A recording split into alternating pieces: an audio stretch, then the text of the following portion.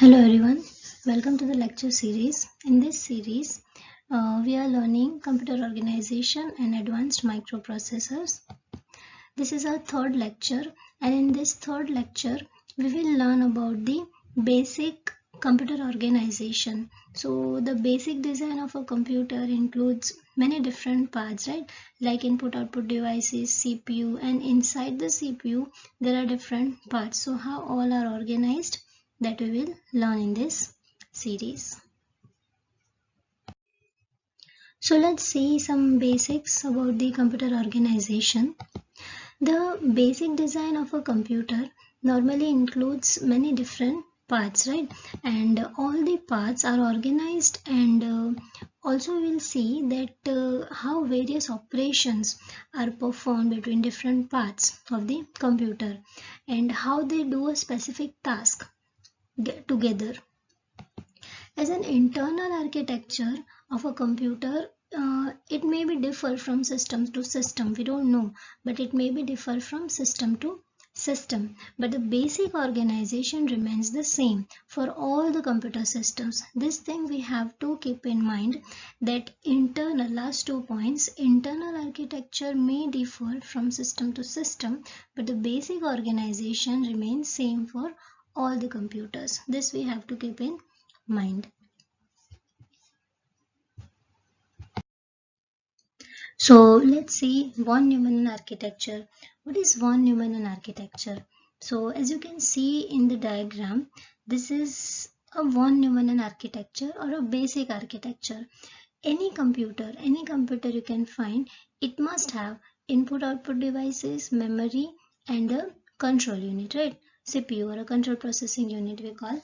So this basic architecture or the organization of all these basic components, we call it a von Neumann architecture.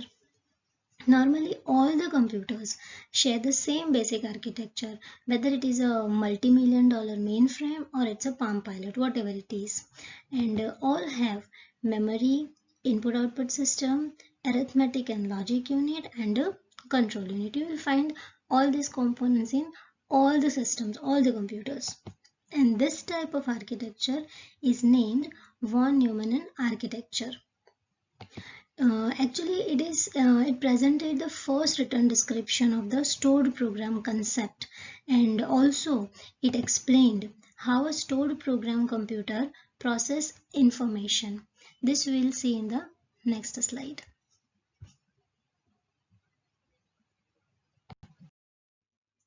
So let's understand the concept of the stored program. The essential of stored program concept are as follows. What are the essentials?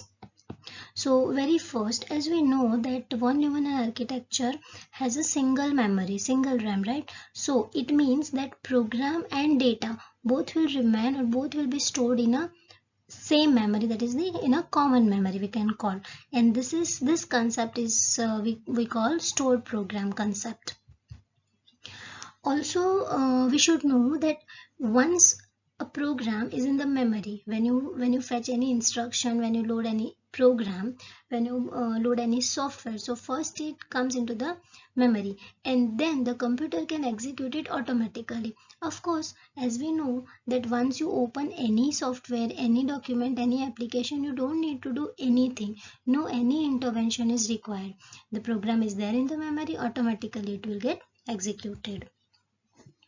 Also, one concept we know that suppose you have loaded, for example, suppose you have loaded Word, then you have loaded the PowerPoint, suppose then you have loaded some another application. So in that case, all the instructions will be executed one by one, and that is in the sequence. But this is the concept of von Neumann architecture. And the sequential execution can be modified by certain type of instructions. For these things or this sequential execution can be modified by certain type of instructions. This is kind of an interrupt. There is a one term interrupt, and that we will learn in the interrupt topics. Also, As an instruction can modify the content of any location in memory. Of course, you can change the content of the memory using the instruction. For example, suppose you have declared a variable and you are using a pointer to change the data of that variable. So of course we can do that. So that is my instruction, and what ultimately I am doing, I am modifying the contents of the location in the memory, and hence the program can modify itself. So we can say that there are so many other programs are there which can be get modified itself, like instruction execution sequence, that also we can change. Okay, so now let's see that how von Neumann architecture performs execution step by step. So very first it will fetch the next instruction from the memory at the address in the program counter. Here you don't need to focus on the program counter word, because this term you will understand more clearly in detail in the register topic. Right now just focus on the term fetch the next instruction. See, suppose your system is executing one instruction, so it is in execution mode, and after that it has to execute some another instruction. So before at the time of the execution one instruction, it has to fetch the next instruction from the queue, and it will fetch from the memory. After fetching the next instruction, it has to find the length of the instruction. Why we need to find the length of the instruction? Just to calculate the speed of the processor and to check the timing. Just like for example, when you upload or download something, you can see that so and so time is remaining. So how the system knows that so and so much time is remaining? Only by the calculating the length of the instruction. It is very important for any processor to find the length of the instruction, to find the speed, and to find the cycle speed. Then after finding the length, it will decode the instruction. Of course, this will done by the control unit only. After decoding the instruction, now what control unit will do? Control unit will command the rest of the computer to perform some another operation, because it might be possible that you are working with different applications. So in that case, one instruction is already decoded, and now your system can perform other operations. Now, the instruction may change the address in the program counter, permitting repetitive operations. Very interesting step is this. Let's take an example of a for loop. What happens when you execute the for loop? You have to execute one single statement repetitively. It means, suppose some data is there, somewhere there in the memory, and in that case, processor has to go there and come back. It will go there and it will come back. So repetitively it has to do these steps, and of course it will take more time. And to decrease the time, what it will do, temporarily it will change the address of that particular instruction. It will fetch that instruction temporarily. It is just like a temporary variable concept. So of course this concept will decrease the time. Then the instruction may also change the program counter only if some arithmetic condition is true, giving the effect of a decision which can be calculated to any degree of complexity by the preceding arithmetic and logic. This concept is mainly comes under the switch case and if conditional statements. So if some condition is there, suppose I am executing if or a switch case, in that case what will happen? If the condition is true, then it has to perform some operations, and suppose the condition is false, in that case it has to perform some other operations. So in that case it has to change the program counter.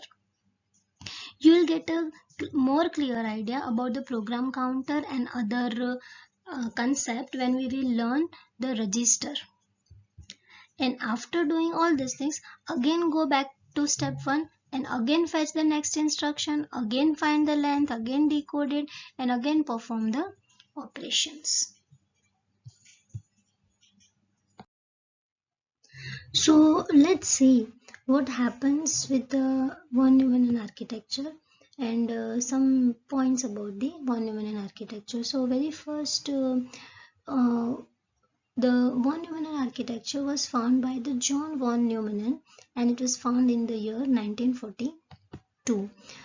Normally, what is the basic idea about behind the von Neumann architecture is it shows the relationship between the hardwares. As we know that this subject is totally about the hardware, different parts, and communication and the connectivity, right? So this architecture shows the relationship between the hardwares.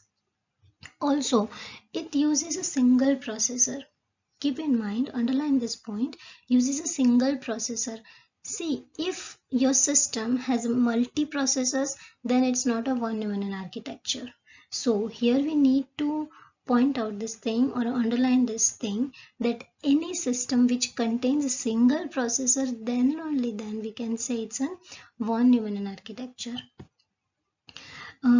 This von Neumann architecture contains one memory for both the data and instruction. So there is only one memory.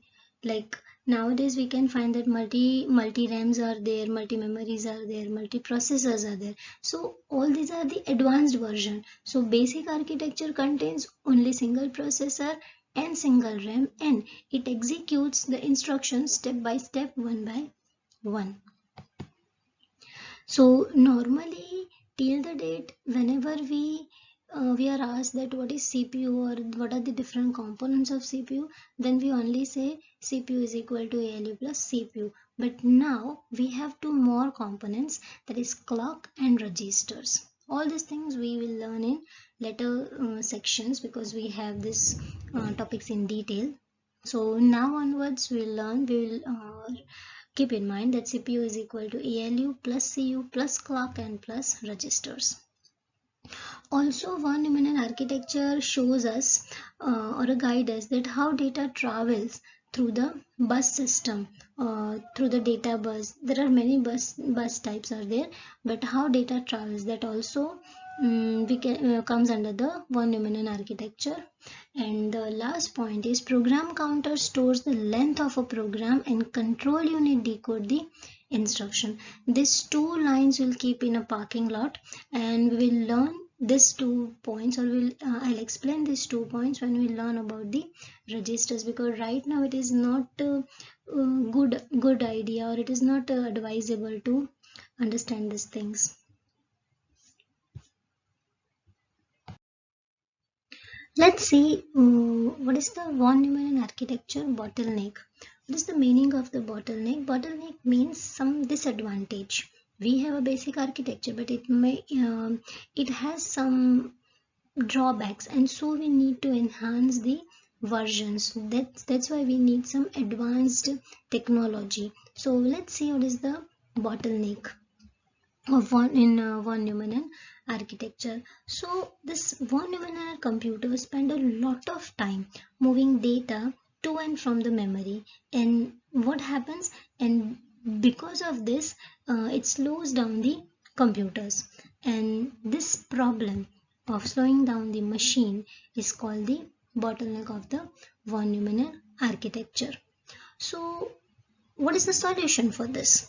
So the solution for this problem is, normal engineers have found the solution for this, and what they are doing, engineers often separate the bus into two or more buses, usually one for instruction and the other for the data. See, what is the actual meaning of the bottleneck is a disadvantage, right? So we can assume that if I have a single road or a one way, so of course, yeah, you will find lots of traffic, heavy traffic over there, right? And so what we need some, now we need the overflow. So what we are ultimately doing, we are just diverting the traffic, some traffic to the overflow. So we are dividing the road, and this is the bottleneck, we can say.